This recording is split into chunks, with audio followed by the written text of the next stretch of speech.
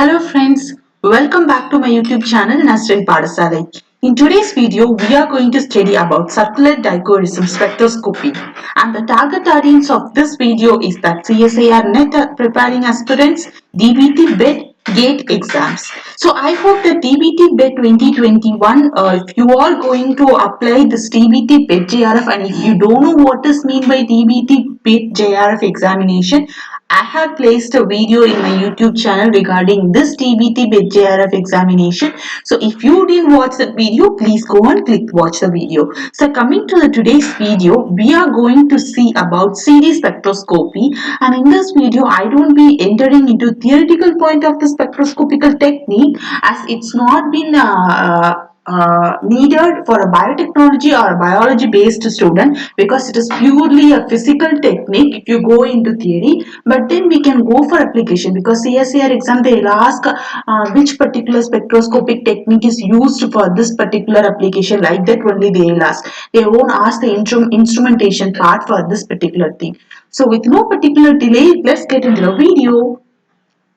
So first application is that it is used for studying the protein secondary structure, and the application of CD to determine the tertiary structure is very much limited due to the inadequate in theoretical understanding of different molecules in tertiary structure of protein. Okay, it also analyzes sample in static sample also means it's unmoving means that rather than analyzing the secondary structure of a static sample, different condition of a secondary structure can also be studied. For example, we know some peptide adopt a different secondary structure when in solution, and they are same peptide will adopt a different secondary structure when they are membrane bounded. We all know some peptides are free in solution, some peptides are ER membrane bounded. So both of them will adopt a different secondary structure. Some will have a alpha helix, some will have a beta helix. So this can be studied in CD spectroscopy. And three-dimensional structure of macromolecule containing the chiral centers can also be studied with this CD. And relative proportion of secondary structure, like how much alpha helix is there, how much beta sheets are there, and what is the position of random coil can be studied in this CD. Okay, next thing is that we can determine the binding site for substrate, cofactor or inhibitor of a particular enzyme. Based on the CD spectrum, we can study which enzyme will bind to which substrate or what is the inhibitor of this enzymes also can be studied. And next thing is that this CD is also used to study the protein denaturation process. I hope you all know about the denaturation process and the importance of denaturation process. Okay. Next thing is that it is used to study the protein folding. As you all know, protein folding undergoes this transition from folded to unfolded stage. Okay, and CD at a certain wavelength is will be monitored, and it will be plotted against the temperature, and we will design a thermal denaturation curve that is here. Changes in temperature will affect the biomolecular structure.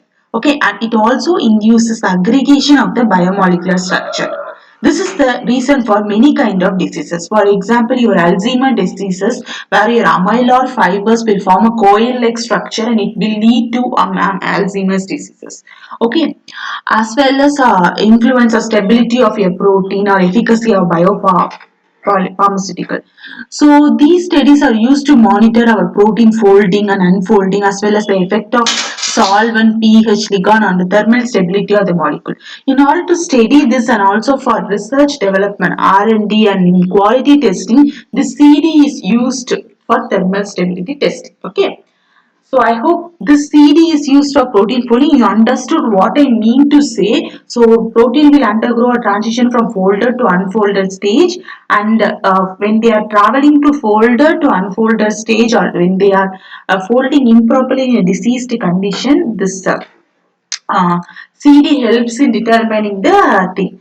Okay, next thing is that DNA histone interaction will be studied, and it is used to study the loss of helicity of single stranded DNA. So some viruses or some other bacteria are having a single stranded DNA, and when they are in stress or when they are in distress, they'll due to temperature or pH, they'll lose their helical structure.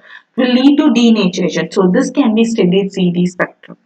So for tertiary structure, the near UV CD spectrum, that is 250 to 320 nanometer, reflects the protein tertiary structure, The three residues phenylalanine, tyrosine, tryptophan exhibit a fine structure peak between 255 to 270 nanometer, 275 to 285 nanometer for tyrosine, 290 to 305 nanometer for tryptophan respectively. Okay, the number and proximity of the aromatic residues will also affect the CD signal. Okay, and also if a particular amino acid have a disulfide bond or a degree of hydrogen bonding or rigidity of homophores can also be detected with the CD signal. Just I'm giving you a here and there collected information for you. This will be definitely asked in part B of CSIR exam.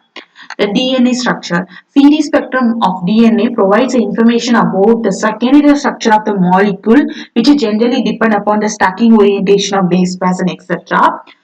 Okay, base pairs, you might be wonder how a DNA is chiral or not. Base pairs themselves are not chiral. Okay, and they won't allow the CD spectrum, they don't exhibit. But you all know the base pair is covalently bounded with an sugar moieties and sugar moieties is chiral. That's why the DNA is said to be chiral. Okay. So stacking orientation of base pair which is nothing but a secondary structure of DNA can be determined with this CD spectra. So coming to the questions asked in CSIR exam, two 18 residues helical peptide A and B are enantiomers. Okay, they can be distinguished by recording the MALDI mass spectrum. No, we don't have residues in the hand. Don't have the what are the amino acid forming the residues. We can't able to go for this MALDI and sequencing of Eggman's method. No, again we need a sequence. Hydrolysis followed by amino acid analysis, which is also not possible. So examining the circular dichroism spectrum is easy. So when you are going for enantiomer determination, enantiomer are nothing but they will have mirror images so that it can be determined by using this CD. Okay. The next question asked is also from same topic. A and B are two enantiomeric helical peptide. The chirality, so C, remember that way. Circular dichroism spectroscopy is used to determine the chirality. So UV is not used, Edman is not used, fluorescence is not used.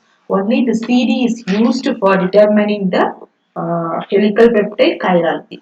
So that's it for today's video guys. If you like my content, click the like button. If you didn't subscribe to my YouTube channel, then please click the subscription button.